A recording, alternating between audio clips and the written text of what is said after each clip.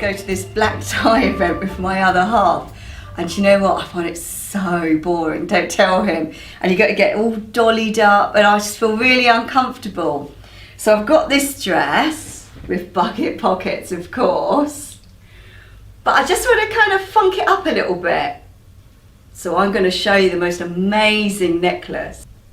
What we need to make our sculptural necklace, because we're making it today in an African print fabric, we will need some African print fabric. Now, I think if you have about 1 meter of it, that's going to be fine. And my secret ingredient is this. Now, I've discovered, because I don't have a garden, so I'm not much of a gardener, but I went into my local DIY store and I've discovered that they do this stuff which is called soft garden twine. And look, you can completely manipulate it into all sorts of shapes. So I thought, wow, that would make the most amazing necklace. Now, what we do is we cover the soft garden twine in fabric. So we cut our fabric into strips that are going to be wide enough to cover the garden twine with a little bit extra, so that it's easy to trim it back afterwards. But the really, really important thing is that we have to cut, when we cut our strips, we have to cut it on the cross. So we're cutting it across 45 degrees across the fabric. You also need these barrels that are used in jewellery quite a lot. Mine are 7 to 8 millimetre diameter barrels, and I'll use that to fasten the necklace at the back. And when you put the garden twine in that's covered with the fabric, you need to stick them in there with this jewellery glue that's usually used for gems and rhinestones. So I've cut out my diagonal strips, which meant I cut the fabric on the cross, and look, it's just like cutting bias binding. Look at that stretch. And we need that stretch because when we cover the garden twine, we're going to be manipulating that shape, so it's got to be able to get round bends. Now my strips are, now I've cut my strips to be 2.5 inches wide. If you can do it in one continuous diagonal strip, but I didn't want to waste my fabric, so I've done lots of short strips.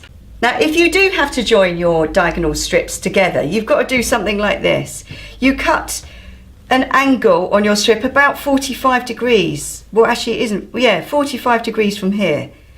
And then do the same on your other piece so that when you put them together, right sides together, it looks like this. I can't think how else to describe it. And then you stitch just about 2 mils in a little seam allowance using a straight stitch. So you see that overshooting bit, it's just so that by the time you've done the seam allowance, it all ends up being more or less in a straight line.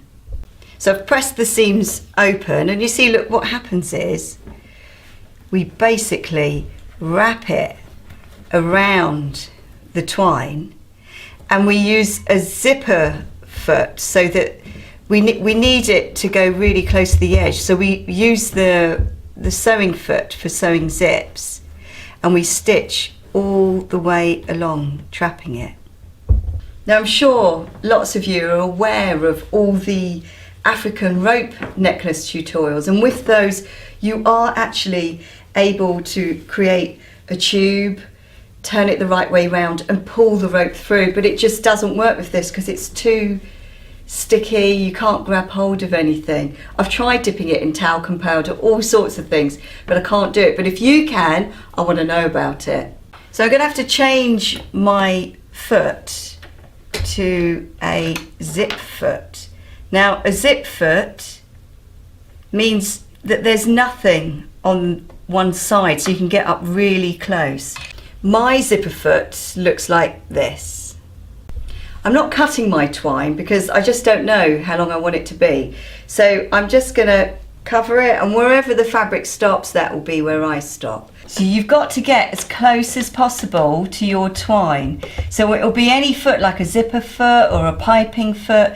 You've just got to get as close as possible. So straight stitch.